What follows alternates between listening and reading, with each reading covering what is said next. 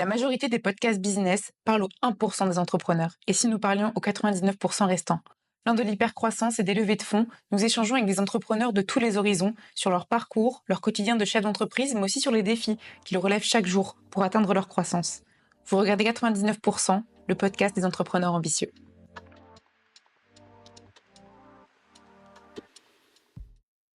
Ok, salut, Kevin, comme moi. Comme toi. Donc je suis Tout super pareil. content, de t'avoir ici. En plus, on partage une passion commune, on en parlera. Au-delà du fait qu'on partage déjà un prénom, c'est plutôt pas mal. Du coup, bienvenue dans ce podcast. On t'a pas du tout, t'as été invité, mais tu sais pas du tout de quoi on va parler, c'est ça? Non, c'est exactement ça. Mais déjà, merci pour cette invitation. Mais non, Ça fait plaisir. plaisir. En fait, on va parler d'entrepreneuriat. Et on va parler aussi un peu de ton parcours, etc. En fait, qu'est-ce qui t'a emmené à entreprendre et un peu par où t'es passé, quelles ont été tes galères, etc. Pour démarrer, je vais te demander de te présenter, tout simplement. Ok. Écoute, comme tu l'as dit, c'est Kevin. Donc déjà, premier point commun entre toi et moi. Yes. J'ai 38 ans, j'ai deux enfants et une femme qui me suit depuis à peu près 13 ans. Magnifique. Ok. Et elle te suit dans l'entrepreneuriat? Et la condition au départ pour que ça se fasse, c'était qu'effectivement elle me suive complètement à 100% dans le projet et qu'elle me suive enfin, on va dire moralement ou mentalement, pas qu'elle soit intégrée dans le projet. Yes. Mais qu'elle me suive et qu'elle soit complètement d'accord parce que Ok. on le savait peut-être pas au départ quand on s'est lancé dans cette aventure-là, mais on l'a vite compris que c'était quelque chose qui allait nous prendre aux tripes et qui allait occuper plus que 100% de notre temps et je vous le raconterai peut-être plus tard, mais on a même dû faire à un moment donné des sacrifices sur notre vie personnelle pour mettre justement en avant le côté professionnel, quoi. Ça n'a pas toujours été évident, quoi, du coup. Bon, on en parlera après, mais C'est non, évident, ça c'est sûr. Si on veut faire quelque chose d'évident, il faut pas se lancer là-dedans, ça c'est une certitude. On a eu des hauts, on a surtout eu des bas, notamment au début où c'était énormément de sacrifices, hein. Rien que pour se lancer au début, moi j'ai vendu ma voiture, donc je me suis retrouvé sans voiture pour avoir un petit peu d'argent pour pouvoir investir. J'ai cumulé 3 boulots le matin. Je livrais des journaux de 6h à 8h, ensuite j'allais au magasin de ne dis pas 9h. tout de suite, ne dis pas tout Ok, de suite. je dis rien alors. Mais waouh, ok, ça va être intéressant, on a plein de choses à dire. Euh, du coup, en fait, si je t'ai invité, c'est parce que on bosse ensemble, hein, l'agence, elle bosse pour toi, pour tes boutiques. Et puis, on partage une passion commune qui est la course à pied, enfin le trail. Et c'est vrai que on a un petit peu parlé de ton histoire, etc. Et je me suis dit, c'est typiquement le genre d'histoire ou de contenu que j'ai envie qu'il passe dans ce podcast parce que on est réellement sur ce que je considérais être comme l'entrepreneuriat vraiment réel, pas celui qu'on voit sur Internet avec des startups qui ont levé des fonds et qui disent ah, moi, ma problématique, c'est d'embaucher 100 personnes cette semaine. Euh, du coup, je me suis dit, je pense que tu peux apporter énormément de valeur dans ce podcast, donc du coup, c'est pour ça que je t'ai invité.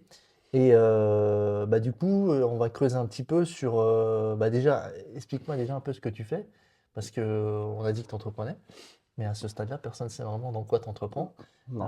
Donc, En fait, mon entrepreneuriat, c'est un combat au quotidien pour faire vivre mes deux magasins qui sont spécialisés dans la course à pied. yes. On a un magasin depuis 2016 à Colmar, Mhm. qui est vraiment la structure de base et le projet de départ. Mhm. Et depuis 2022, on a également un magasin au centre-ville de Mulhouse. Donc Ok. vraiment un copier-coller de ce qu'on faisait à Colmar, mais à Mulhouse, quoi. Donc Ok. vraiment spécialisé course à pied, trail, rando, Ok. un peu, ça englobe un peu tous les sports outdoor du Ok. moment, quoi. Ok, cool. Donc, deux magasins, ça fait 2 fois plus de jobs, 2 fois plus de problèmes Deux à fois gérer. plus de jobs, j'ai envie de dire qu'un magasin prend déjà 100% de ton temps, donc un Mhm. deuxième ne peut pas en prendre plus. Mhm. Après, effectivement, c'est 2 fois plus de problématiques, Mhm. c'est 2 fois plus de contraintes, mais en même temps, c'est aussi 2 fois plus de business, c'est aussi 2 fois plus de clients. Et Mhm. tout ça, l'un dans l'autre, ça trouve un certain équilibre qui Yes. fait que on passe un cap, quoi, avec un deuxième magasin. Nickel. Ça t'a permis de passer une nouvelle dimension d'entrepreneur où tu t'es dit, ok, j'ai un modèle qui fonctionne bien, je vais tenter de le répliquer pour grossir un peu mon business. C'est ça, et puis on s'est surtout rendu compte qu'il y avait une vraie demande qui venait du bassin mulhousien, où il n'y avait pas d'offres à Mulhouse intramuros, et il y avait une bonne partie de clients qui venaient de Mulhouse et qui allaient jusqu'au magasin de Colmar, mais on sentait aussi que c'était plutôt fragile, que des fois si tu veux juste un petit accessoire, ou tu vas peut-être pas faire la route, tu vas peut-être pas te bloquer une après-midi pour venir à Colmar, et il y avait un vrai créneau à prendre sur Mulhouse, quoi. Nickel. On parlera un petit peu de ces magasins, de l'enseigne aussi que tu avais ouvert, parce qu'il y avait un sujet là-dessus qui s'est passé. Mais avant ça, j'aimerais juste savoir un peu qu'est-ce qui t'a. Déjà, quel genre d'élève tu étais déjà? Est-ce que tu étais l'élève qui allait devenir un entrepreneur ou est-ce que. Alors moi, je m'en suis souvenu il n'y a pas longtemps, mais quand j'étais gamin, forcément tout le monde dirait mais qu'est-ce que tu veux faire plus tard? Et moi je répondais toujours je veux être PDG. Ok, pas Donc, mal. on me dit ouais ok mais c'est bien, mais souvent on me disait mais c'est pas un métier. Ouais. On me dit mais qu'est-ce que tu veux faire? Je dis ouais mais moi je sais pas mais je veux être PDG. Ouais. Ok. Et puis après très vite cette idée-là m'est un peu passée. Moi à l'école j'étais un élève plutôt en termes de résultats, plutôt moyen, mais très appliqué, très à l'écoute et toujours envie de bien faire. Ça, c'est une certitude. Et j'ai eu un petit moment de flottement dans ce que je voulais faire. Je veux dire, au début, moi, je suis sorti du collège, je suis allé dans le bâtiment. J'ai fait 4 ans de menuiserie. Ok. Je me suis rendu compte que finalement, c'était pas forcément là où je voulais aller. En parallèle, je faisais beaucoup de handball. J'avais un moment aussi envie d'aller un peu plus là-dedans, mais ça l'a pas fait parce que voilà, pour différentes raisons. Et puis au final, je me suis retrouvé, une fois la session de menuiserie finie, je me suis dit, bon, bah, qu'est-ce que je veux faire? Mes parents ils m'ont clairement dit, bon, bah, ok, on sait ce que tu veux pas faire, maintenant trouve ce que tu veux faire. Et je me suis lancé dans le commerce en alternance dans un magasin de sport dans la vallée de Tannes. Et où là, je me suis complètement épanoui et j'avais l'impression d'avoir trouvé ma voie, quoi. Nickel. Donc, Donc, pas un élève mauvais, mais du coup, tu n'étais pas parti pour aller faire des études. Tu visais pas un job comme médecin ou astronaute, quoi. Non, je pense que si on m'avait demandé si j'avais voulu faire ça, j'aurais dit oui, mais après, j'avais pas les capacités c'est ça. forcément de le faire. Et franchement, pour moi, l'école, c'était quelque chose d'assez ennuyant, quoi. Moi, la seule chose qui me motivait à aller à l'école, sur des cursus, on va dire, après collège, quoi, bah, c'était de retrouver les potes, et puis en fait, c'était de faire des conneries avec les potes, quoi. C'était, moi, ma seule motivation de me lever le matin, c'était ça, mais moi, le système scolaire comme il est fait, en tout cas aujourd'hui, c'est très ennuyant, quoi. Ouais, ouais. C'est pas quelque chose où moi je me suis épanoui, où ça me faisait plaisir, quoi. Ouais, après, je pense que où tu as une appétence pour l'école ou tu l'as pas, mais c'est vrai que j'écoute pas mal d'entrepreneurs et j'ai comme l'impression qu'il y a un vrai point commun sur le fait que l'école, ils ont trouvé ça ennuyant. Et peut-être que. Je sais pas. Moi ce qui m'ennuyait, en fait, clairement, c'est que tout me paraissait abstrait, en fait. On parlait très peu de cas concrets, et du coup, bah, moi, Comment l'appliquer, quoi? Comment est-ce ouais. que ce que j'apprends va me servir à quelque chose, quoi? Bah, c'est ça. Et puis c'est vrai que derrière, tu as l'impression qu'effectivement, tu as passé des années et des années à l'école, et puis que tu arrives dans la vie active, tu as l'impression qu'il faut tout réapprendre, parce Ouais. qu'au final, tu peux difficilement retranscrire ce que tu as appris à l'école dans le monde de l'entreprise, quoi. Clairement. Et Et du coup, tes parents, ils faisaient quoi? Est-ce qu'ils étaient entrepreneurs ou pas du tout. pas du tout? Alors pour le coup, mes parents, ils sont complètement à l'inverse de ça.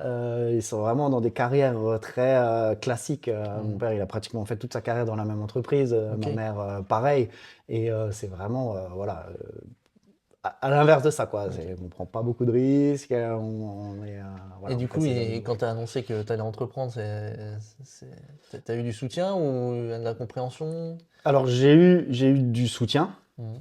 mais j'ai senti que qu'il y avait beaucoup de crainte, en fait, dans leur, dans leur discours et tout ça. Alors forcément, moi, le premier de la famille qui entreprend, c'était aussi beaucoup c'était très abstrait, en fait. On savait pas où on allait. On m'a dit c'était sûr, sachant que j'avais un passé où j'avais fait quelques boîtes, ça se passait pas bien, enfin, parce que je trouvais jamais ma place, en fait, dans les différentes boîtes. Et ils me l'ont jamais dit, mais j'avais l'impression qu'ils pensaient que je faisais ça parce que je savais pas quoi faire d'autre, quoi. Mhm. Alors qu'en réalité, non, j'étais arrivé au bout d'un cycle, là où je travaillais, il y a une opportunité qui s'est ouverte et il fallait y aller, quoi. Donc, tu as rejoint un magasin de sport, tu as fait une alternance dans le magasin de sport, ensuite tu y es Ouais. resté, c'est ça? Ouais, ensuite j'y suis resté en tant que saisonnier pendant plus de 10 ans. Ok. Et à un moment donné, ce côté saisonnier qui est très fun, qui est très sympa à vivre, mais tant que tu es célibataire et tant que tu Ouais. pas d'enfant. Et puis, au bout d'un moment, j'ai eu ma Stabilisé, fille. quoi. Et à partir de ce moment-là, j'avais plus envie de partir aussi longtemps et aussi Mm. loin. Et du coup, le magasin voulait me garder. Mhm. Moi, j'avais aussi envie d'y rester, mais les tâches qu'on me proposait à ce moment-là me plaisaient beaucoup moins que Ok. lesquelles je faisais avant. Et du coup, en fait, très vite, ça s'est arrêté après, quoi. Et du coup, t'es passé de ce job-là dans ce magasin à l'entrepreneuriat ou il y a eu... Et en fait, en parallèle, j'ai un ami à moi que je connais depuis qu'on est tout bébé, parce que nos parents sont amis, Mhm. qui avait ce projet-là d'ouvrir Mhm. un magasin depuis quelques mois déjà. Ça le trottait aussi, où il avait eu un peu deux changements Lui, il était déjà vendeur dans le milieu du running. Ok. Il a eu 2, 3 changements de magasin. Et pareil, il trouvait pas trop sa place là où il était. Et il m'a dit, écoute, voilà, moi j'ai un truc qui me trotte dans la tête, mais je me sens pas forcément d'y aller seul. Est-ce que ça pourrait t'intéresser? On s'est mis autour d'une table et puis en un quart d'heure, je lui ai dit, écoute, banco quoi. Allez, feu, Donc on y va quoi. c'est né de l'envie d'un pote de faire quelque chose qui t'a embarqué un peu avec, quoi. En fait, c'est ça. Moi, j'avais pas forcément. Pas un matin, je me suis dit, bon, bah, ce matin, je vais aller entreprendre, je vais ouvrir un magasin. Même si ça a toujours été inconsciemment dans le coin de ma tête. Bah, ça tombait bien vu que tu voulais être PDG, quoi. En fait, c'est ça. Ouais. Donc là, c'est magnifique. Et donc du coup, donc il te parle de ce projet et tu prends la décision rapidement ou comment ça se passe à ce moment-là? Donc t'as déjà un enfant, J'ai déjà un t'es enfant. marié. Je sais que je veux plus partir loin, donc Ouais. à un moment, il faut que je trouve une alternative. Mhm. Ouais, je pense que je lui dis, écoute, j'ai bien entendu ce que tu m'as dit, laisse-moi juste en parler avec ma femme, Mhm. parce que ça revient à ce que je disais au début, c'est une décision qui se prend à deux, à mon sens. Mhm. Et voilà, et puis j'en ai parlé à ma femme, elle m'a dit direct, écoute, si toi tu le sens, on y va, quoi, il n'y a pas de souci, quoi. Ok, Donc voilà. excellent. Donc du coup, en fait, c'est marrant parce que tu quittes le saisonnier parce qu'il y a une forme d'instabilité et tu repars sur l'entrepreneuriat où il y a aussi de l'instabilité. C'est marrant. Ouais, sauf que quand tu te lances, tu sais pas tout, quoi. Tu sais pas tout, Et en ouais, fait, c'est tu vrai. sais rien au final Ouais. Tu de sais que ce que c'est, t'entreprends, de ce que c'est l'entrepreneuriat, quoi. ouais. Et voilà. Après, moi, ce qui comptait surtout à ce moment-là, c'était de pas partir Mhm. géographiquement loin, ou alors qu'avant, je partais des fois 2, 3 mois sans rentrer. Et ça, c'était une certitude, c'est ce que je voulais plus. Mhm. Et du coup, à côté, tout ce qu'on me proposait à côté me paraissait plutôt facile Mhm. et me paraissait plutôt en phase avec la vie Mhm. que j'avais envie de mener. Ok. Et c'est quoi qui t'a. Enfin, bon, c'est ce pote avec qui t'es associé, j'imagine, maintenant? Ouais, on est associés, Ok. ouais. Et donc, c'est lui qui t'a un peu mis le pied à l'étrier, mais qu'est-ce qui, au fond de toi, t'a donné envie d'entreprendre? Est-ce que tu as des modèles d'entrepreneurs comme ça, ou des gens où tu. Parce que si, quand tu étais enfant, tu as voulu être PDG, est-ce qu'il y avait un Bernard Tapie qui est dans ta tête, où tu t'es dit, putain, tu vois, c'est un peu ta génération? Ouais, ouais, alors c'est vrai que moi j'ai pas pour habitude beaucoup mais dans tout, hein, que ce soit dans le sport, peut-être dans la chanson, comme ça, Mhm. d'idolâtrer les gens.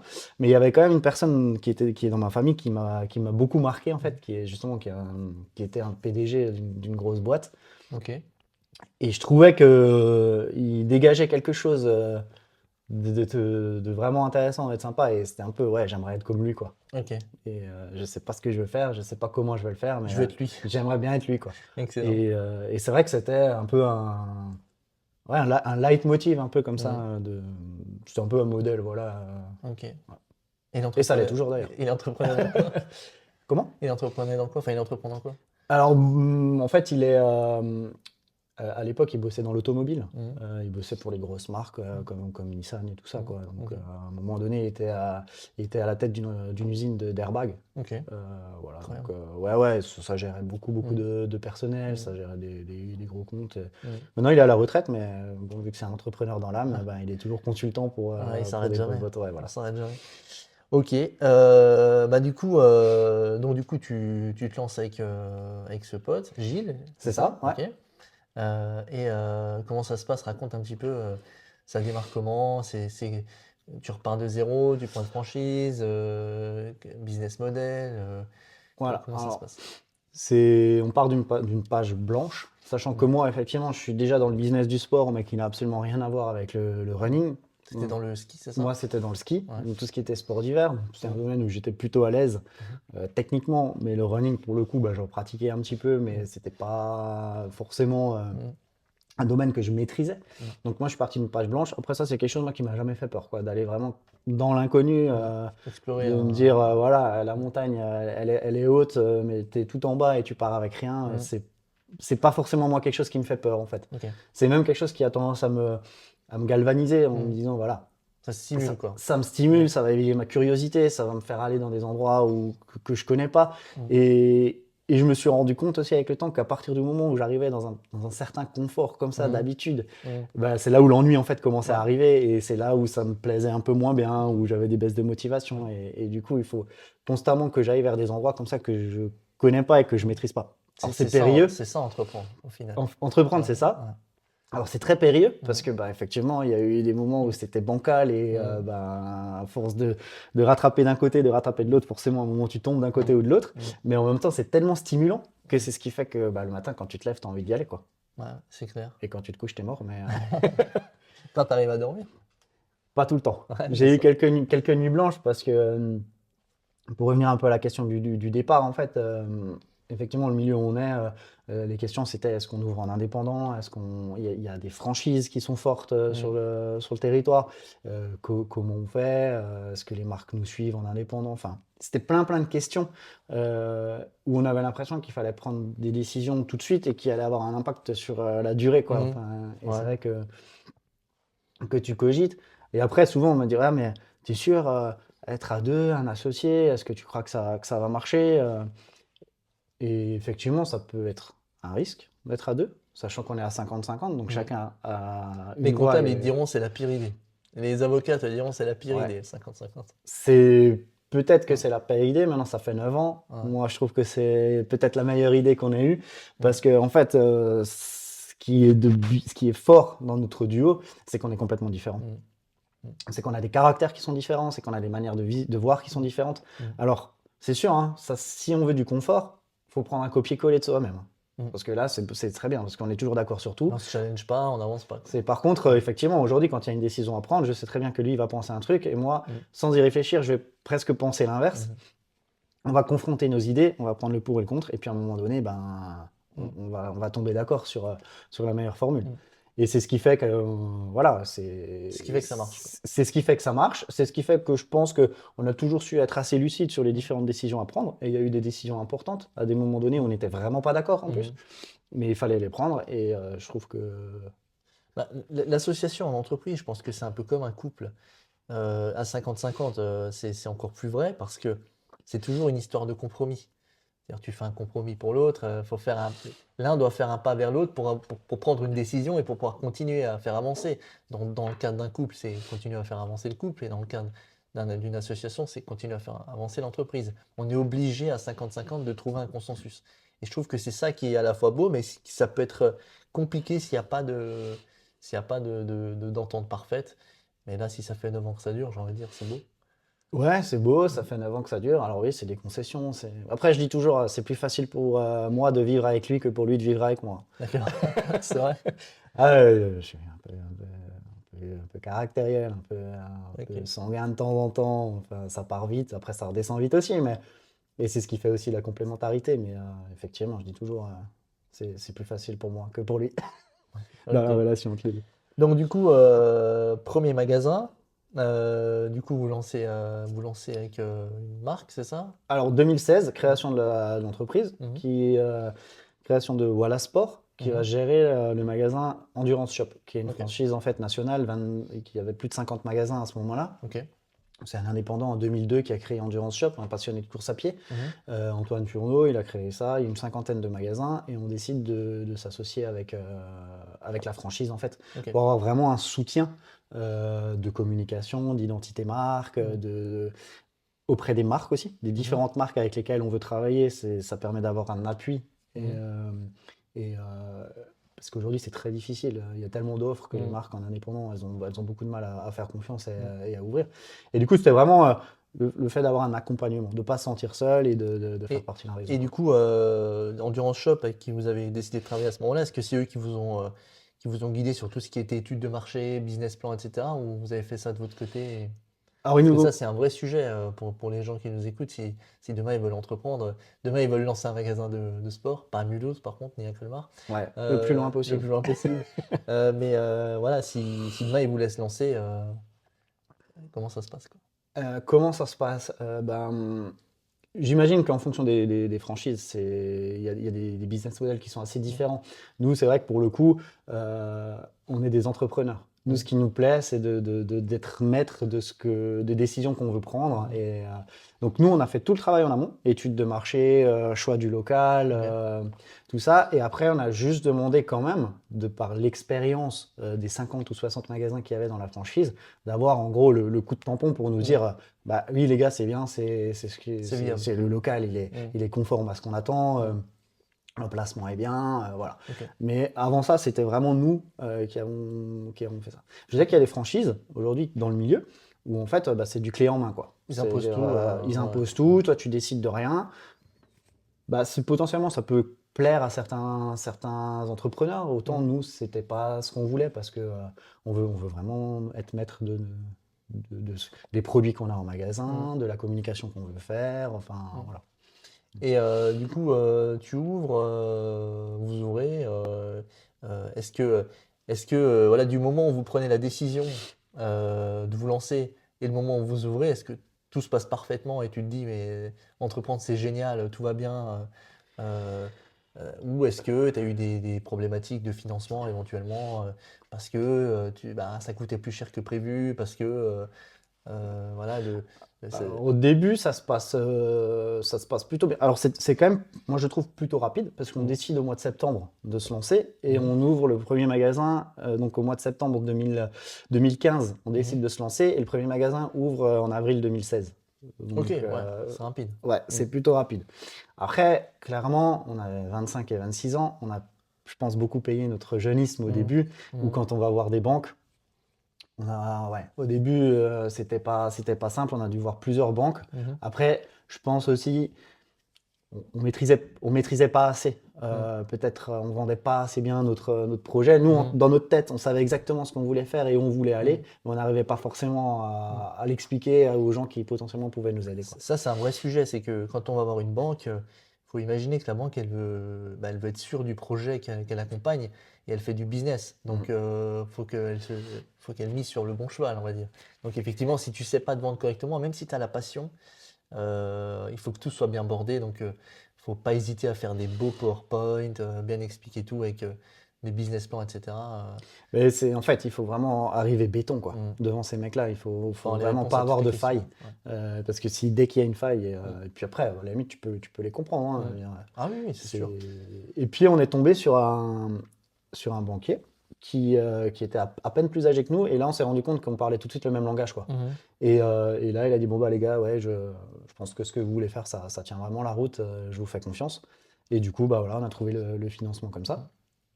Et du coup, après, ça s'est lancé assez rapidement. On n'a pas eu trop de surprises jusqu'au moment où on a eu le financement, le moment où on a fait les travaux, parce qu'on a tout fait nous-mêmes, hein, les travaux. On a posé le parquet nous-mêmes, on a fait les peintures nous-mêmes. Enfin, c'était vraiment c'est l'entrepreneuriat artisanal, quoi. C'était vraiment. C'est from scratch, quoi. On part de zéro. C'est ça, on part de zéro, on minimise un maximum les coûts. Parce qu'on aurait pu faire venir des architectes d'intérieur, des machins, mais bon, ça nous coûtait une blinde et c'était l'argent qu'on avait, déjà, il n'y en avait pas beaucoup et il fallait l'utiliser vraiment. Dans un premier temps, c'était pour acheter un maximum de matériel à revendre, quoi. Est-ce que tu as dû mettre de l'argent personnel, du fonds propre ou... Ouais. Comme je disais au début, là, j'ai vendu ma voiture pour pouvoir mettre de l'argent. J'ai aussi mes parents qui m'ont prêté de l'argent au début. Enfin, voilà. Tu as eu le soutien, quoi. Ok, ouais, donc ça n'a pas été facile. En fait, avec du recul, on a l'impression que c'était facile, mais si tu te replonges un petit peu, tu te rends bien compte que créer une boîte de zéro entre le moment où Gilles il vient et il dit je veux faire un magasin de running, et le moment où ça se lance, les différentes étapes, j'imagine essuyer les refus des banques, etc., devoir vendre sa voiture. En fait, ouais, parce que c'est en fait très rapidement, tu te rends compte que entre le professionnel et le personnel, il y a Il n'y a plus de frontières. il y a plus de frontières en fait. L'un et l'autre est l'un, et ça c'est difficile. Après l'entrepreneuriat, en fait, tu dis ouais, je vais ouvrir un magasin de running. bah, mon boulot, c'est de vendre des chaussures. Mm. Et en fait, tu as 10 jobs dans la même journée, quoi. Mm. Et moi, je trouve que c'est presque aujourd'hui ça qui est le plus difficile. C'est de passer de 8h à 9h, t'es comptable, de 9h à 10h, t'es designer, Mm. de 10h à midi, t'es vendeur de chaussures. Mm. Et ça, c'est très difficile, mais en même temps, c'est tellement épanouissant. Ouais. Enfin, moi, je veux dire, il y a une journée, tu peux pas t'ennuyer, quoi. Mm. Et c'est ce changement de statut aussi qui Mm. fait que bah, tu as la patate, que tu bouges, que T'as tu envie d'y aller le matin. que t'as envie d'y aller, quoi. Mais Ok. ça, je trouve que tant que t'es pas dedans, Mm. tu peux pas t'en rendre Ouais, compte. c'est clair. Et les gens autour de toi, ils peuvent pas se rendre compte de ce que c'est. Et après, c'est tellement je trouve que c'est tellement des hauts et des bas, l'entrepreneuriat, que probablement que si tu as conscience de la violence de certains bas, peut-être que tu te lances pas. Non. Tu vois, ce qui est franchement, je trouve que c'est quand même, tu passes par C'est des moments très durs. C'est très dur, en fait, Mm. c'est très très dur. Et comme dit, tu peux pas le soupçonner avant Mm. d'y aller. Mm. Tu peux pas te rendre compte de toutes ces problématiques-là. Mais parce on voit que les réussites en fait. Si tu regardes tous les modèles d'entrepreneurs qu'on a, on va les entendre dans un podcast au moment où ils ont tout réussi, au moment où tout s'est bien passé, et on revient pas sur tout ça. Donc tous les modèles d'entrepreneurs qu'on a ou d'entrepreneuriat, on se dit ah bah c'est que du bonheur, c'est que de la réussite, c'est que de la croissance, c'est que du business. Mm. Alors qu'en fait il y a tout un tas d'étapes avant, et on oublie toutes les boîtes qui ferment. Puis aujourd'hui, nous on a la chance d'être encore là après s'être lancé en tant qu'entrepreneur, mais il y en a plein qui n'ont pas cette chance-là, quoi. Bah, et je pense que même il y en a plus qui n'ont pas cette chance-là que de gens qui ont la Clairement. chance qu'on a aujourd'hui. Mm.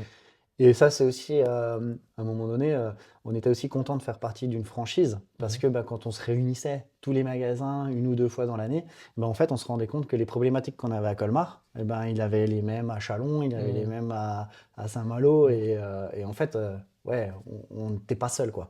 Ça, Et, c'est important. tu te sens tellement seul dans plein de situations quand tu es entrepreneur. Clairement.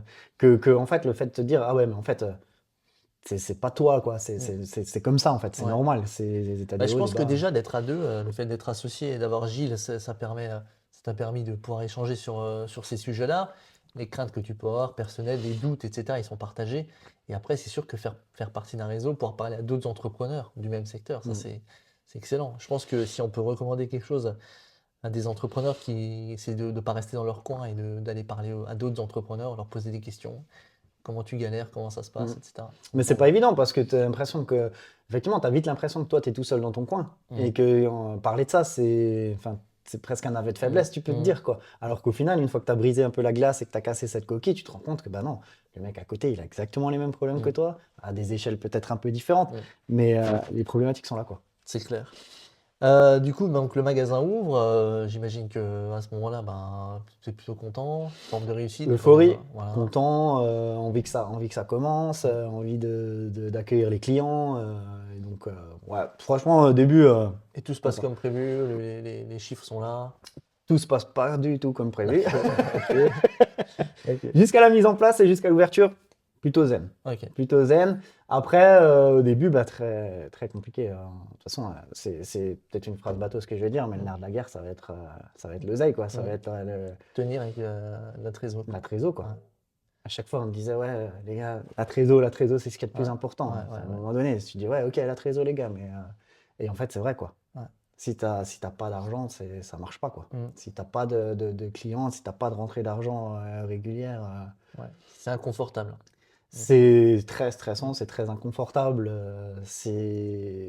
Alors, au début, que ce soit tes fournisseurs, que ce soit tes banques, on t'accompagne parce qu'on te laisse un peu ta chance, mais très rapidement, on te fait comprendre que Faut rentrer un peu d'argent. faut rentrer de l'argent parce qu'il y a des loyers à payer, il y a des frais à payer, il y a des fournisseurs à payer.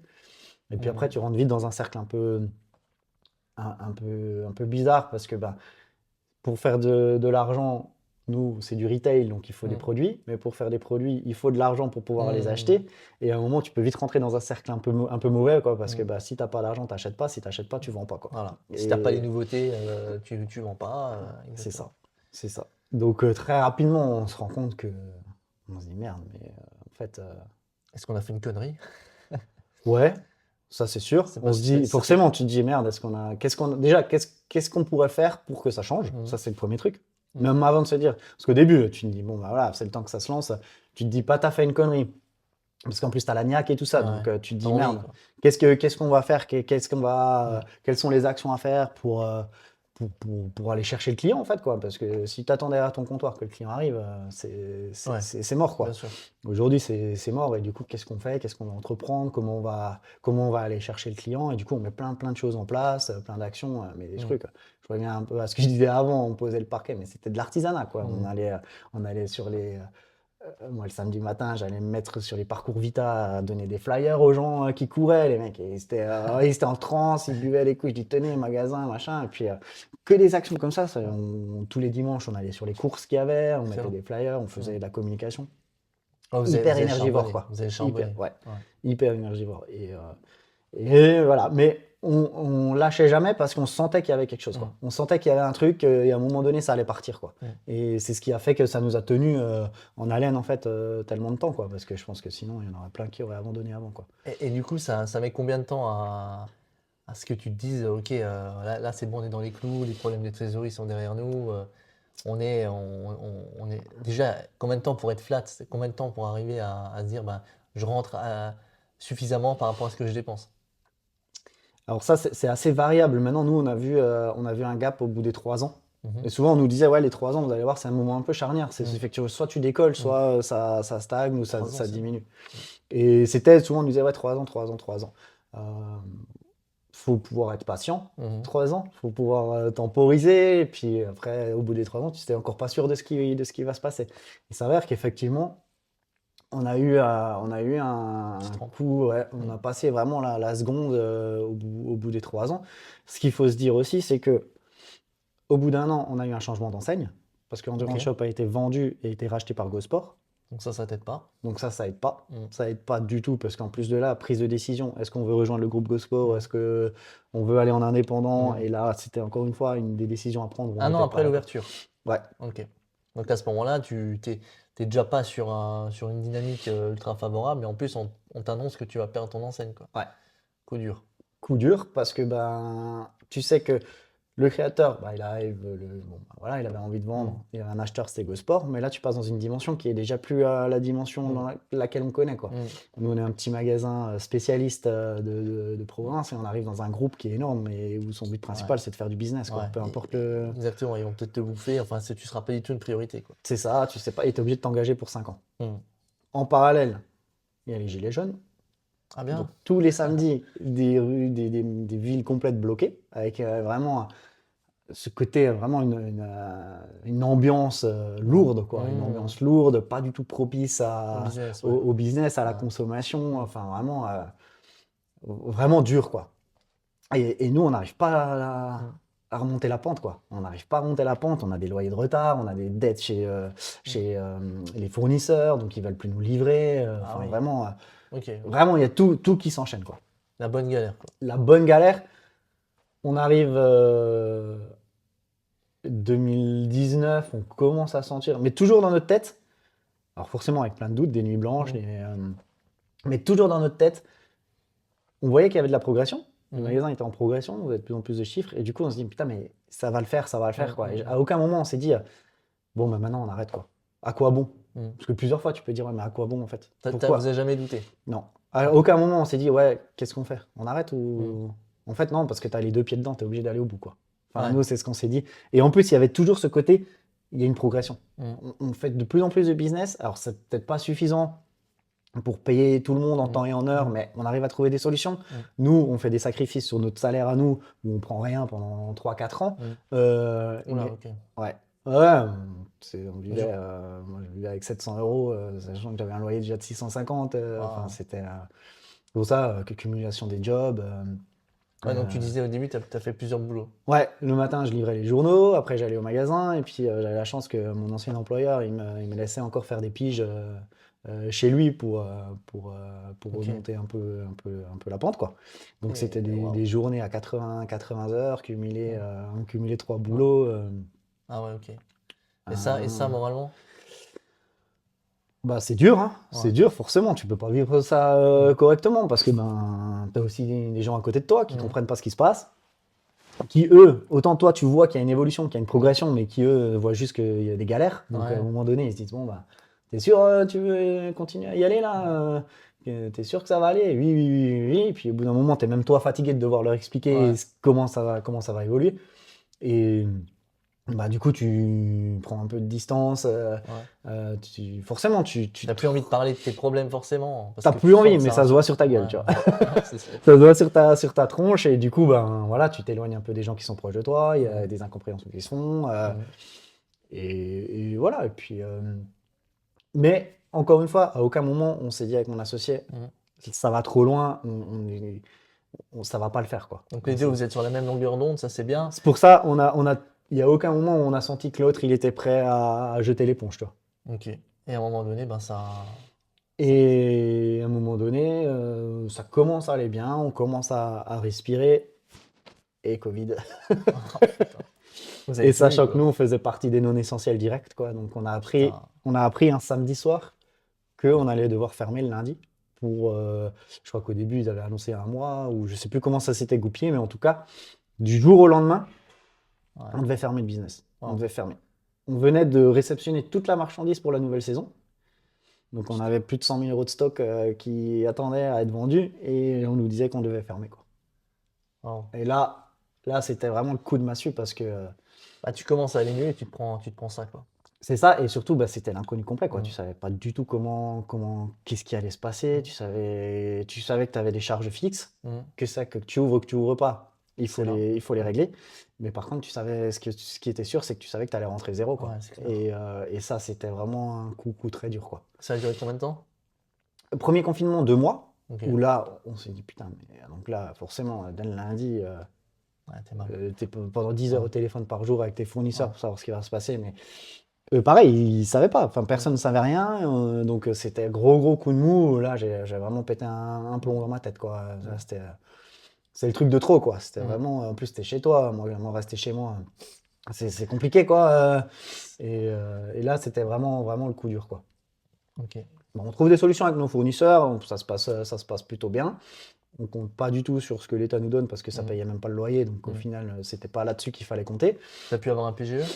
On a demandé un PGE, Mhm. voilà. Pas à la hauteur de ce qu'on voulait, mais on a pu trouver un compromis qui a fait Mhm. que ça nous a donné un souffle, T'as pu passer, ouais. un coup d'air, quoi. Sachant qu'on le paye encore aujourd'hui, hein, Bah donc, oui, oui, c'est sûr, hein. Tous ceux qui ont pris les PGE, ils continuent à les payer, hein. ouais. Ouais. Et c'est Ça, pour c'est ça lourd. c'est pour ça qu'il y a des boîtes qui ferment en fait. Elles ont pas les reins pour rembourser ça, quoi.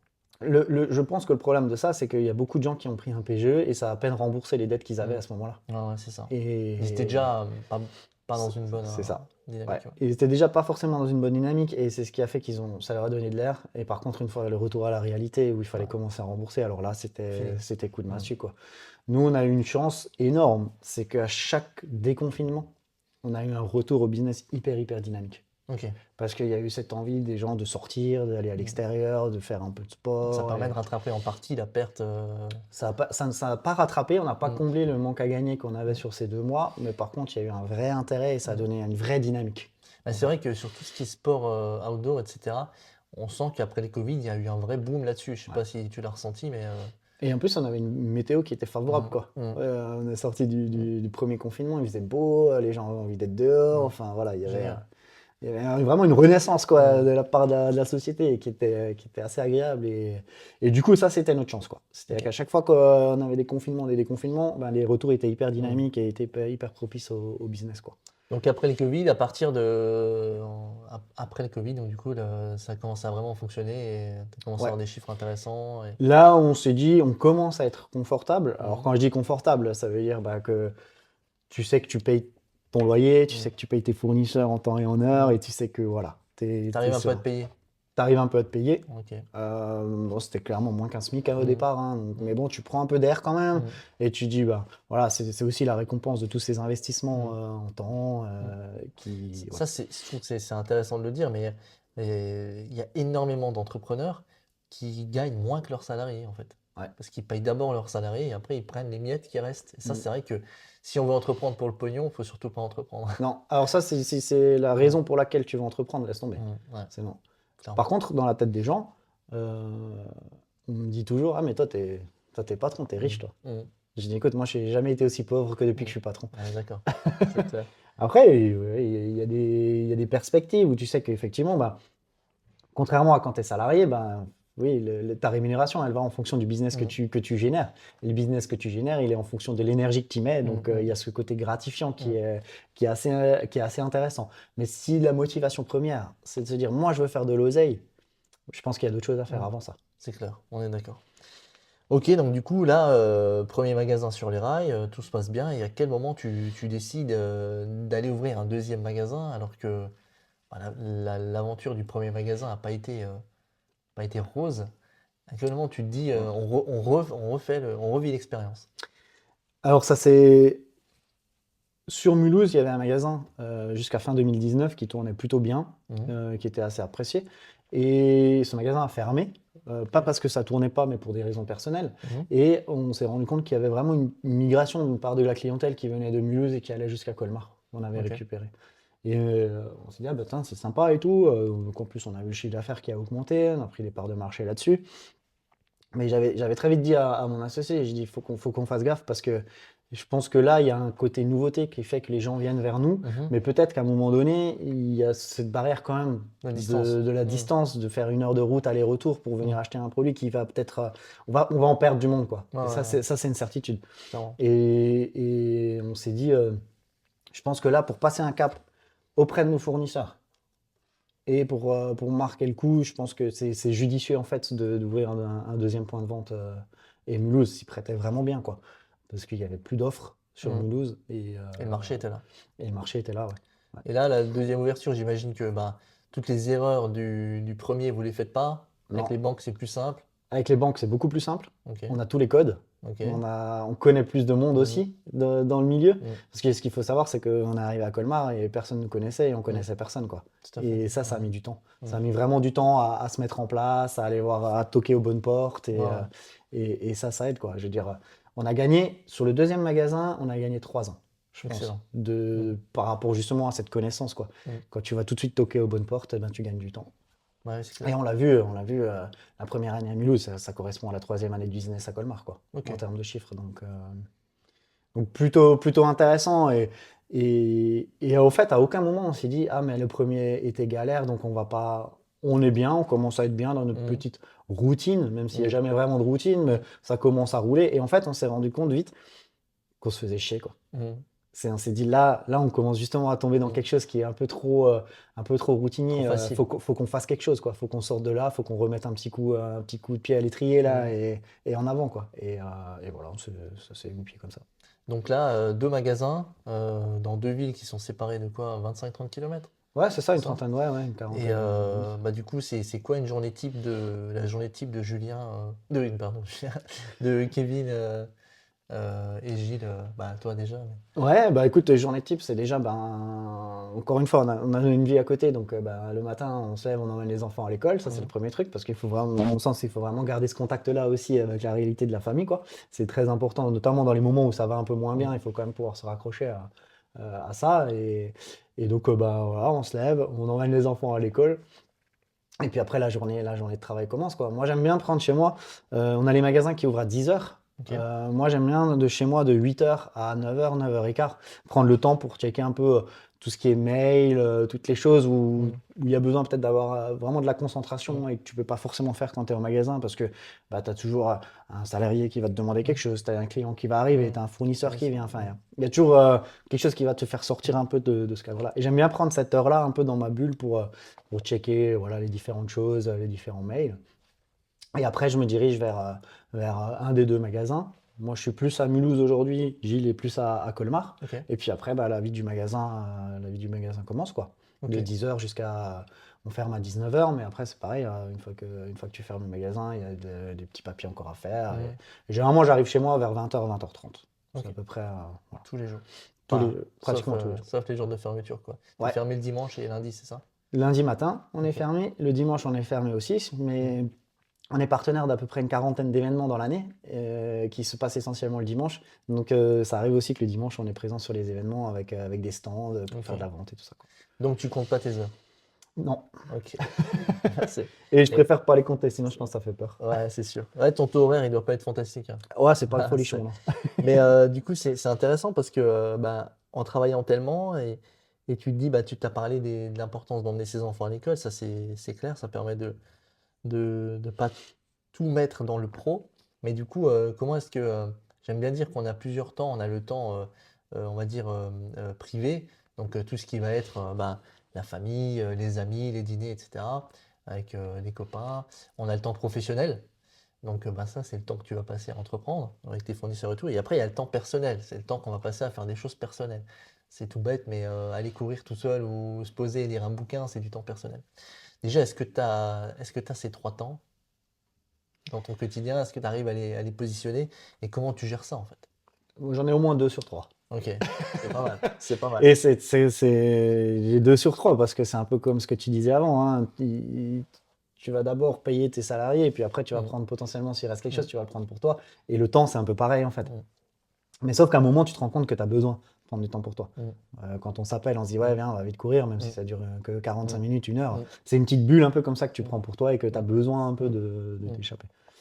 Mais c'est très compliqué parce que tout s'entrechoque tout le temps. Mm. Et Tu t'es entremêlé, ouais. tout le temps, tout le temps. Et même quand tu es là avec tes enfants, tu as toujours peut-être un mail qui arrive et Mhm. ça va te faire sortir un petit peu du Mhm. cadre. Et moi, j'ai C'est de dur. plus en plus cette difficulté, j'ai l'impression, à vivre un peu le moment présent, quoi, parce qu'il y a Ouais, tellement je de suis choses. d'accord. Ouais, Il y a pareil. tellement de choses qui vont stopper ce moment-là. Ouais, ça peut être un mail, ça peut être un appel, ça peut être, ça peut être n'importe quoi. Ça peut d'un coup, tu te souviens, merde, putain, j'ai oublié. Lui, il voulait qu'on se voit là. Et C'est dur, ça. c'est très, très dur. Mm. Pour moi, aujourd'hui, c'est une des difficultés les plus dures. Mm. Et je me suis même rendu compte encore la semaine dernière où j'ai passé du temps avec mes enfants pendant les vacances scolaires, où je me suis dit, putain, mais merde, là, profite maintenant de maintenant, là. Mm. Et pense pas à comment ça va être demain ou comment c'était hier. C'est dur, hein. Et ça, c'est un truc Ouais, qui est hyper difficile, Je quoi. partage complètement ton analyse, Mm. je suis dans la même situation. Et c'est vrai que très souvent, je suis avec des amis au resto, on rigole, machin et tout. Et à un moment donné, je vais être pris par une réflexion que j'ai eue sur un sujet professionnel où je lis un mail ou en plus je suis tout le temps en train de prendre mon téléphone pour regarder des notifs ou quoi, tu vois. Et ça me fait sortir du moment que je suis en train de vivre. Ouais. Et c'est affreux. S'il y a une solution pour ça, je suis preneur, mais c'est vraiment compliqué ça. Que je dis toujours, c'est aussi peut-être la différence avec entre le moment où tu travailles pour quelqu'un. Je pense que quand tu claques la porte du magasin ou de l'entreprise, Ça s'arrête. on va dire tes problématiques professionnelles restent Mm. à ce moment-là. Nous, on ramène tout avec nous, quoi. Ouais, On c'est ramène ça. tout avec nous et puis il n'y a pas de frontière. Il n'y a pas un moment donné quand tu sors du magasin, tu dis, bon, bah voilà, à demain, tous À les demain les problèmes. problèmes. Ouais. Ça, c'est pas possible. Mais en même temps, c'est aussi ce qui fait que c'est intéressant. Mm. Mais il faut trouver l'équilibre et cet équilibre, il est hyper difficile à trouver et tu peux vite te laisser aller à te faire bouffer par ça, quoi. Mm. Et ça, c'est vrai que encore une fois, nous aujourd'hui, on a l'avantage d'être à 2, ou des fois, on peut aussi, quand tu sens que qu'il y a un peu trop sur toi, là, tu peux un peu te décharger. Tu te dis, écoute, là, je suis un peu moins en forme, là, tu peux vite prendre le relais là-dessus, là, parce que je me sens un peu moins, et ça, c'est plutôt cool, quoi. Ok. Et si tu n'avais pas été entrepreneur, du coup, tu penses que tu serais où là aujourd'hui? J'en ai aucune idée. Franchement, je sais pas. Souvent, je me dis, ouais, mais qu'est-ce que je ferais? Et je vois pas qu'est-ce qui me plairait aujourd'hui d'autre. Ok. Au début, quand ça marchait pas, quand j'avais plein de dettes partout, que j'avais plus de caisse, que j'avais plus rien, que j'arrivais pas à rentrer d'oseille, je me dis, mais putain, mais qu'est-ce que tu te fais chier, quoi. Franchement, là, t'es vendeur dans n'importe quelle boîte. Tu prends un salaire, t'es tranquille. T'es un salaire à la fin du mois. À un moment donné, nous, avec ma femme, on voulait acheter une maison, mais forcément, personne ne voulait nous prêter d'argent pour. C'est là où je disais que le lien entre le pro et le perso, il a fait. plus de frontières, parce qu'à un moment donné, on te dit, ouais, ok, mais ok, vous êtes entrepreneur, mais donnez-moi des bilans de votre boîte, alors il n'y a rien qui va, bah non, désolé. Vous revenez quand vous Votre boîte, gagnez elle gagne de l'argent, ouais. Ouais. Ouais, donc entreprendre, c'est sûr que si depuis tout petit, tu as voulu être PDG, et là, tu en es là aujourd'hui, j'imagine que tu n'as pas une vision d'autres jobs éventuels. Non, j'avais quelques trucs comme ça quand j'étais gamin en tête, qui je me dis, mais sans forcément non plus m'y jeter, enfin comment dire, sans forcément tout bousculer pour que ça arrive. C'est-à-dire comme ça. qu'à un moment donné, c'est venu comme ça. Comme il y a plein d'autres choses dans ma vie, en fait, où j'y ai réfléchi, je me suis dit, ah, putain, ça serait vraiment bien de faire, quoi. Et en fait, je me rends compte que tout arrive, mais sans forcément y arriver comme un bourrin. Mais Il faut saisir les opportunités. quand elles passent, il faut saisir les opportunités. Et là, j'ai saisi celle-ci. Et voilà. Et est-ce que tu as as vu un tournant majeur dans ce que tu as entrepris, donc avec ces 2 magasins, etc. Est-ce que tu te dis, tiens, il y a eu un moment clé, il y a eu un moment charnière où j'ai pris une décision, où il s'est passé quelque chose qui a fait que, voilà, ça. Mais je pense que la décision d'ouvrir le deuxième magasin nous a fait vraiment passer un cap. Ok. Parce que bah, déjà, tu ouvres un deuxième magasin, donc tu embauches du personnel. Mhm. Ça, c'était une première pour nous aussi. Mhm. Donc là, déjà, tu fais encore un autre job, du management, la gestion de Ça, c'est un job, salariés. ça. Ça, c'est un sacré job. Et comme dit, ça nous permettait vraiment de passer un cap. Mhm. Donc, les fournisseurs, ils ont une autre image de toi, parce que Mhm. d'un coup, bah, tu vends plus, enfin, t'achètes plus pour un magasin, tu achètes pour deux. Mhm. Et ça nous a vraiment permis de nous sentir mieux, je pense, Plus solide. de nous sentir plus solide. Je pense qu'à un moment donné, vu qu'on s'est dispatché entre les deux magasins, on a aussi trouvé peut-être au sein des magasins plus notre place, chacun. Et c'est ce qui a fait que, je pense, la meilleure décision qu'on ait eue, c'est de se lancer dans le deuxième. Mais là, peut-être, quand je le dis, ça paraît facile. Mais c'était pas une décision facile à prendre parce que bah, tu te rengages de nouveau auprès des banques. Tu sais pas si c'est pas parce que ça marche d'un côté que ça va marcher de l'autre. Si tu te plantes, bah, est-ce que ça va pas mettre en péril non plus le premier magasin? Donc, Vous avez ouvert une société à part ou vous avez ouvert avec la même société? non, on a ouvert avec la même société, ouais. Ok. Ouais. Ouais, donc effectivement, là, tu peux te poser la question de s'il y en a un qui merde, il entraîne l'autre, quoi. Voilà. Ouais. Ouais. Et du coup, bah, tu te dis quand même. Il y a un moment, forcément, tu te dis, est-ce que tu as envie de repartir là-dedans? Mais en fait, c'était une évidence, quoi. Il y a des choses comme ça où autant on n'a pas du tout le même caractère avec mon associé. On va penser vraiment de choses différentes, mais par contre, ce qui est sûr, c'est que les deux, on va dans la même direction et on va vers l'avant et on pousse fort pour y aller, quoi. 2 entrepreneurs, quoi. Ouais, ça, c'est vraiment. Et est-ce que tiens, on parle des réussites et tout, on parle aussi des échecs là, mais est-ce qu'il y a peut-être un échec qui t'a marqué plus qu'un autre, c'est-à-dire à un moment donné, tu as fait quelque chose ou tu as pris une décision, vous avez pris une décision, un truc où c'était vraiment pas le bon move et Ouais, alors il y en a certainement. Il y en a certainement au début des erreurs de commande, des erreurs de valeur de stock, des choses comme ça qui nous ont mis en péril. Maintenant, vraiment une décision où on s'est dit, putain, par exemple une décision comme rejoindre une franchise ou un groupement où on s'est dit, là on a fait une erreur. On n'en a pas eu, quoi. Ok. Après, on a eu des déceptions sur pas mal de choses. On s'est rendu compte qu'on était dans le monde du travail, quoi, et que c'est pas simple, quoi. Mais pour le moment, j'ai pas en tout cas moi, un fait marquant où je me suis dit, putain, là on s'est planté, quoi. Là, on n'aurait pas dû faire comme ça. J'ai pas Il n'y a rien que tu ferais différemment. Si, il y a plein de choses que je ferais différemment, mais par l'expérience que j'ai aujourd'hui.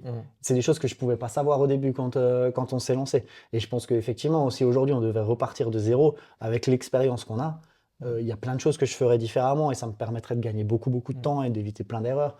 Et encore une fois, d'aller toquer aux bonnes portes, quoi. Et donc du coup, là, tu entreprends depuis, ça fait combien de temps maintenant? Depuis 2016. Depuis 2016, donc ça commence à faire un peu, ça va faire 10 ans l'an prochain. Ouais, on va fêter Pas mal. la décima. Et excellent. Et est-ce que le Kevin de 2016, est-ce qu'à ce moment-là, tu avais une vision de là où tu voulais être? Et est-ce que le Kevin de 2025, il est là où tu pensais être? Alors, j'avais pas forcément de vision comme ça à long terme. C'est vrai que bah, on a pris un peu les choses comme elles venaient. Et c'était tellement dur au début que de toute façon, tu te projettes pas aussi loin. Tu te dis pas, ah là, j'aimerais. Tu ne voyais pas que 10 magasins dans 10 ans? Non. Non, le but c'était déjà de faire correctement ce qu'on était en train de faire et trouver des solutions pour que ça fonctionne. Et puis voilà. Maintenant, c'est vrai qu'on est arrivé dans un confort, comment je pourrais dire, mais des choses simples d'une entreprise, c'est-à-dire payer ses fournisseurs, payer ses loyers, payer ses salariés. Ça, on va dire que c'est acquis. Ça te laisse aussi la possibilité à réfléchir à d'autres choses. Et alors qu'avant, on n'avait même pas de place en fait pour réfléchir à autre chose. L'urgence à développer, quoi. Ouais. Aujourd'hui, tu as plus le temps ou l'énergie de vouloir éventuellement développer. L'envie, parce que tu vois un peu le mécanisme aujourd'hui, tu le connais, donc tu vois un peu comment ça fonctionne. Après, l'envie de développer, on l'a. Maintenant, pas à n'importe quel prix, pas non plus dire je vais faire pour faire. C'est vraiment le but, c'est vraiment d'être raisonné aussi dans des potentiellement futures ouvertures de magasins ou des choses comme ça, quoi. Et du coup, est-ce que tu as, une vision pour ton business, ta vie d'entrepreneur dans 10 ans? Alors moi, je sais que aujourd'hui, voilà, on a les deux magasins, on passe beaucoup de temps dans les magasins à vendre, à vendre. Mhm. Moi, c'est vrai qu'à terme, j'aimerais bien, voilà, pouvoir passer un cap sur d'autres choses en fait. Mhm. Moi, aujourd'hui, Dégager l'opérationnel, ouais. j'ai vraiment envie d'entreprendre, mais peut-être aussi même dans d'autres Domaine. domaines Mhm. en fait que la course à pied. Mhm. Donc autant il y a 10 ans je voyais pas où je serais dans 10 ans, autant maintenant effectivement j'ai plus de facilité à me Mhm. dire ah putain là j'aurais envie de faire ça. Ok. J'ai envie de faire ça aussi. Mhm. Et c'est des domaines que je maîtrise pas du tout, Mhm. encore une fois, mais c'est aussi ce qui va à un moment donné Mhm. me remettre des coups de boost et me remettre tout ça quoi. Donc, il y a des petits projets en cours ou c'est abstrait, hein? C'est encore abstrait, même Ouais. s'il y a des choses Mhm. que je cogite comme ça un peu dans la tête, mais là et c'était important de le faire à ce moment-là. On a mené avec ma femme un projet ouais, personnel, Mhm. qui était l'achat d'une maison avec la Mhm. rénovation. Et ça, c'était essentiel et important de concrétiser ça C'est un maintenant. beau projet entrepreneurial aussi, mais personnel, quoi. Ouais, ouais, ouais. Ouais. Et tu te rends compte qu'il y a beaucoup de liens entre les deux, Mhm. entre Sauf, la gestion de tout ouais, ça. ouais. Sauf que ta femme, t'as pas l'impression que tu es à 50-50 avec elle. Ah non, elle gagne toujours, hein. Elle gagne toujours. Surtout sur la déco, quoi. La couleur de la peinture. Non, tu te bats pas, là. Et ça, c'était très important. Et c'est vrai que ça a pris un peu tout mon temps libre que j'avais, toute mon énergie aussi. Là, on arrive vers la fin, donc ça va laisser place à d'autres choses. Mais effectivement, il y a quelques idées qui me trottent en tête et que j'ai envie de Excellent. développer, quoi. Bah, j'ai hâte d'en savoir Je plus. vous en dirai plus le prochain podcast. Ça marche, écoute, avec plaisir. Est-ce que t'as envie de nous partager une victoire où tu dis, tiens, ça, je pensais pas que j'allais réussir et je suis allé au bout de ce truc et ça peut être entrepreneurial, ça peut être sportif, une victoire. Bah, la victoire, en fait, elle est presque un petit peu tous les jours, en fait. Mm. Moi, je suis content aujourd'hui de ne pas avoir jeté l'éponge, Mm. tout simplement, alors qu'il y avait tout qui était fait pour qu'on arrête tout, quoi. Mm. Et, euh, et aujourd'hui, c'est vrai que si même des fois, toi, tu te dis, putain, j'en ai marre, quoi. J'ai plus envie parce que t'es rincé, t'es complètement pressé dans tous les sens. Tu te dis, bah, il y a des gens autour de toi qui comptent sur toi quand même, quoi. Ouais, c'est Et sûr. nous, on a eu la chance, il y a des gens qui nous ont aidés à un moment donné où c'était difficile. Et tu te dis, mais même rien que pour eux, il faut pas lâcher, quoi. Ouais. Il faut y aller. Et c'est peut-être plus ça, quoi. C'est pas forcément un fait marquant, mais me dire, putain, on n'a pas lâché. Il y a 3 ans, tu m'as dit, ouais, est-ce que s'il fallait refaire, tu referais? Je t'aurais certainement dit non, parce que c'était une galère sans nom et parce que tu perds gros, en fait. Enfin, moi, j'ai perdu gros sur le côté perso aussi. Et, mais maintenant, tu me poses la question, parce que ça fonctionne un peu mieux, euh, est-ce que s'il fallait refaire, tu referais? Je te dirais oui, parce que c'est tellement enrichissant. Et pour moi, la victoire, elle est là, en fait, tu vois, de se dire, bah, putain, on n'a pas lâché, quoi. On n'a pas lâché parce qu'on a toujours senti qu'il y avait il y avait le truc, quoi. Il y avait le truc et que ça allait marcher. Donc, zéro regret. Là, maintenant, zéro regret. Ok. Mais il y a 3 ans, Ouais, il y a 3 ans ou 4 ans, ouais. quand c'était compliqué, que tu as des dettes dans tous les sens, Ouais. que ta femme, elle te fait comprendre qu'à un moment donné, il faut que ça marche ou sinon, elle marche, mais pas dans le même sens que toi. Ah ouais. Ouais. C'est vrai que c'est dur d'entreprendre. Bah, disons, bon, quand t'es célibataire, t'as pas de soutien, ça c'est sûr, mais enfin, t'as moins de soutien parce que t'as personne à la maison, mais quand t'as une famille, quand t'as une femme, etc., bah, t'as une pression supplémentaire. C'est la pression d'y arriver parce que t'as une femme qui compte sur toi pour y arriver. Mhm. Si en plus t'as des dettes, t'as des enfants, c'est une pression supplémentaire et ça au quotidien, c'est vrai que c'est complexe à gérer, quoi. C'est complexe parce que, ben, encore une fois, c'est dur de leur expliquer, quoi. C'est dur de leur Mm. expliquer ce qui se passe. Toi, tu le vois, tu es de l'intérieur, donc tu Mm. sais où tu vas aller, tu sais où tu veux aller, et tu sais que ça va marcher. Mais elle voit le concret du moment, quoi. Mm. Les galères du quotidien, ou effectivement. Quand t'es épuisé, quand t'en peux plus. Ça, et puis surtout que ben, c'était pas ce que tu lui avais vendu au début, quoi. Ouais. Ok, pause. Désolée de cette mini-interruption. Lors du tournage de cet épisode, le stockage de notre caméra a saturé et nous n'avons pas pu enregistrer la fin. Donc, on a dû retourner la fin une deuxième fois, ce qui explique les changements visuels et auditifs. Donc, on s'en excuse et on vous souhaite quand même une bonne fin de visionnage. Et là, du coup, on se retrouve après 15 jours bien tassés, donc. Et là, tu sors d'une semaine bien, bien intense au magasin, c'est ça?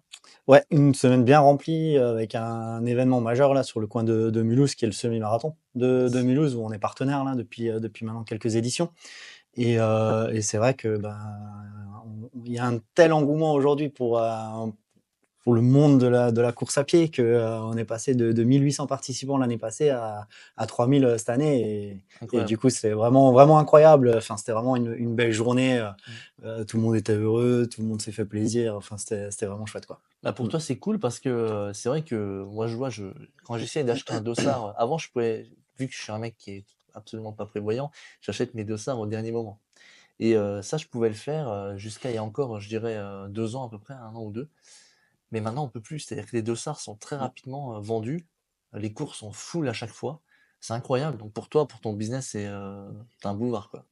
Bah, c'est clair, hein, clairement, on a eu une période après Covid où, les courses se sont très vite remis à être organisées, mais il y avait vraiment une habitude des gens d'attendre le dernier moment pour s'y inscrire. Mmh. Parce que c'est vrai que, bah, avec le Covid, on avait des annulations, des reports de courses et Ouais. on avait vraiment du mal à se projeter et du coup, ben, dans les 3 semaines, 15 jours avant la course, on voyait qu'il y avait vraiment un gros pic Mmh. d'inscriptions, mais avant ça, ça bougeait pas et là, depuis l'an passé, vraiment, ben, faut limite faire son planning de course, Ouais. au début d'année parce que si tu tardes trop, ça se remplit très vite, quoi. Et on a vu sur les grosses courses, là, la semaine dernière, il y avait la Saint-Élion Mmh. qui se passe au mois de novembre. Je crois en 30 minutes, tous les dossards étaient pris, quoi. Ouais, Et c'est la folie. c'est assez dingue, cet engouement qu'il y a autour de ça. C'est la folie, ouais, c'est clair. Et ouais, du coup, moi, il y avait pas mal de petites courses là, locales là, que je voulais faire et que ouais, pas de dossard, donc Mm. ce sera pas pour moi, quoi. Tant pis, je vais faire des petites courses là, sans dossard. Sans dossard, ça va très bien Ouais, aussi, ouais, hein. exactement. Ok, bah du coup, on va conclure. Mais avant ça, est-ce que tu pourrais donner un conseil? Quel conseil tu donnerais à un entrepreneur euh, voilà, qui veut se lancer, qui veut monter un magasin? Qu'est-ce que tu... S Alors, c'est des conseils, c'est toujours difficile de donner des conseils, je trouve. Maintenant, ce qui est sûr, c'est que, ben, à partir du moment où tu décides de te lancer, il faut y aller à fond, quoi. Mhm. Il y a pas de demi-mesure, en fait. Il y a pas de, «Est-ce que mon projet est bon? Est-ce que, c'est le bon moment?» À partir du moment où tu as décidé de le faire, il faut y aller et il faut Mhm. que limite presque tout tourne autour de ça Mhm. et que ça soit vraiment, 100 de ton temps et qu'il soit consacré à ça et il faut y croire. Parce que si toi, tu y crois pas, les autres, ils vont pas y croire pour toi Mhm. et ça va pas fonctionner, quoi. Faut rien lâcher. Ça, c'est vraiment le truc, bah, pouvoir s'entourer de bonnes personnes aussi, je trouve que c'est important Mhm. et c'est pas toujours évident au début, Mhm. surtout quand tu arrives dans un milieu où on te connaît pas, où tu connais personne, ben, savoir frapper aux bonnes portes, c'est pas toujours évident Mhm. et par contre, c'est, je pense, à mon sens, plutôt essentiel. Yes. Heu, donc, voilà, c'est des petits conseils comme Et ça. c'est marrant parce que il y a il y a un vrai contraste entre les moments où tu as eu des galères pas possibles, dans certains moments où tu as entrepris, tu as eu des galères, tu étais au bout du truc et tout, et les moments d'euphorie où tu te dis, tu vois, j'imagine que là, ta semaine intense Mmh. avec le semi, où tu as fait, on devrait pas dire, tu m'as dit de pas dire que tu as fait Ouais, une journée record, mais du coup, ouais, ça sera bipé. ce sera Voilà. exactement. Non, mais du coup, tu vois, c'est des moments d'euphorie où les galères, elles paraissent tellement loin, tu Mmh. vois, tellement insignifiantes. Donc, je trouve Mmh. que c'est. Après, je pense que peut-être une des qualités, fortes d'un entrepreneur, c'est ce que je pourrais appeler le sang-froid. C'est-à-dire que, ben, ne pas tout remettre en question dans les moments où ça va pas et en même temps, être content de ce que tu fais et que ça marche, mais ne pas non plus, rentrer dans une euphorie, où tu te Mmh. dis: «Bah, tout est gagné, tout est acquis» parce Mmh. que, c'est tellement up and down Mmh. et des fois tellement en peu de temps que, je pense ouais, une des qualités, de l'entrepreneur, c'est vraiment le sang-froid et de pouvoir vraiment, toujours voir les choses avec un tout petit peu de recul, ce qui n'est pas toujours évident parce que, bah, quand tu as la tête dedans, la tête dans le guidon, tu as des œillères au bout d'un moment qui se forment et tu peux vite rentrer dans quelque chose, C'est clair. manque de recul, mais je pense que c'est ça, quoi. C'est pas tout remettre en question, dès qu'il y a des moments où ça va un peu moins bien et en même temps Mmh. pas se dire: «Bah, c'est gagné, c'est acquis» quand, ça va un peu mieux, quoi. Parce Ça, que c'est super dur de rester consistant, quoi. ouais, C'est-à-dire vraiment d'avoir un cap et de rien lâcher, peu importe que ça va super bien, peu importe que ça va super mal, essayer de garder son cap. Ça, c'est compliqué. Je trouve surtout encore plus maintenant parce que les choses, elles vont vraiment très vite, les choses, elles évoluent très vite. Les habitudes des consommateurs, il y a toujours un autre truc, la guerre, le Covid, et ça chamboule tellement nos sociétés, nos habitudes que c'est compliqué. En fait, ouais, ce que tu dis là, c'est terrible parce que c'est indépendamment de notre volonté. C'est-à-dire que tu peux faire ton taf le mieux que tu veux, tu peux être le plus carré, tu peux donner toute ton âme. Effectivement, on a vu ces dernières années qu'on est dans un climat hyper anxiogène et puis que nous, on est vachement dépendant de ça, quoi. Je veux dire, à un moment donné, quand t'as la guerre, quand t'as du Covid, quand on dit à tout le monde faut rester chez soi, c'est pas du tout propice à sortir dans les magasins, aller entre guillemets dépenser son argent, à se faire plaisir sur des beaux produits. Et du coup, ça, malheureusement, on le subit, quoi. Maîtrise pas, c'est clair. On le subit et ça, c'est pas évident. Ouais. Ça marche. Bah écoute, on est au bout du sujet. On a échangé pendant un peu plus d'une heure, avec une petite coupure, une petite pause de 15 jours, tranquille. Tranquille, histoire de Et reprendre ses esprits. voilà, et on revient. Du coup, c'était très sympa. C'était très dense. On a parlé de plein de trucs. C'était vraiment cool. Où est-ce qu'on te retrouve du coup au magasin de Alors, il y a 2 endroits. Il y a le magasin de Colmar, donc au 40 avenue Jean Delatte de Tassigny. C'est tout proche de la gare, petit parking juste à côté, donc hyper accessible, donc voilà, vraiment bien. Qui est le magasin historique depuis 9 ans, et également à Mulhouse, 4 rue des Bons Enfants. C'est vraiment collé au Maréchaux, quoi. Le Ok. plus simple, c'est de se garer au parking Maréchaux et puis Ok. vous sortez du parking et vous êtes directement, quoi. Nickel. Et j'ai vu une petite news passer qui m'a fait bien plaisir, rapidement. C'est que ça y est, vous allez vendre du S-Lab de Salomon. C'est ça? Ouais, Ça. c'est plutôt une bonne nouvelle. Ouais. Je pense Ça pour fait nous, c'est surtout pour nos clients, quoi. Ouais. Je veux dire, il y avait une demande forte depuis un moment et aujourd'hui, c'est effectivement une satisfaction pour nous et pour nos clients surtout, ouais. Pour Ouais, expliquer un petit peu aux gens qui font pas de course à pied, qui sont un peu étrangers à ce milieu-là, S-Lab, c'est une gamme de produits de Salomon qui est plutôt technique. C'est les matériels les plus chers, je crois, chez Salomon, mais c'est surtout les plus techniques. Et c'est vrai que vous les aviez pas. Et c'était très dommage parce que j'avais une paire de chaussures S-Lab, la Genesis, que j'adore, et je pouvais pas l'acheter chez toi. Ouais. Et du coup, c'était très désobligeant. Mais maintenant, c'est réglé. C'était très dommage. Ouais, c'est leur gamme vraiment la plus pointue, un peu élite, très travaillée. Et effectivement, jusqu'à présent, c'était pas de notre volonté, c'était la volonté de Salomon, de par leur distribution, qui n'était pas compatible aujourd'hui avec avec notre situation, mais qui était plus géographique que vraiment en termes de business. Aujourd'hui, ça s'ouvre. On est très content de ça. C'est encore aussi une marque de confiance de la part de la marque Salomon, qui est aujourd'hui un acteur principal dans la course à pied, et surtout dans le trail. Et du coup, on est très content de ça. Aujourd'hui, on va de nouveau pouvoir répondre à la demande de nos clients. Mais c'est vrai que c'est toujours dommage, quand tu as de la demande de nos clients qui sont fidèles, de dire: «Ben non, désolé, c'est un produit qu'on n'a pas et qu'on pourra pas avoir, tout de suite». Du coup, ben, ça incite, le consommateur à aller, ailleurs, à aller sur le web, alors que la volonté pour lui était de venir chez nous, quoi. Mais Ouais. ça, tout ça s'ouvre et c'est Magnifique. plutôt une bonne nouvelle. Donc on te retrouve à Colmar, à Mulhouse, sur les réseaux sociaux, j'imagine, Instagram, Ins Facebook. Instagram, Facebook, voilà. Yes. Run Aventure Alsace sur Instagram, Run Aventure Colmar sur Facebook, Run Aventure Mulhouse. Ok. Et puis disponible au magasin Nickel. pour des rencontres. Bah écoute, merci pour ces échanges et puis bonne chance pour la suite. Ben, merci à toi pour l'invitation, c'était très cool, Ça c'était marche. sympa. Merci Merci. beaucoup. Vous avez écouté 99%, le podcast des entrepreneurs ambitieux. Ne ratez rien des prochains épisodes et soutenez-nous en vous abonnant à notre podcast et en nous recommandant. Merci à vous.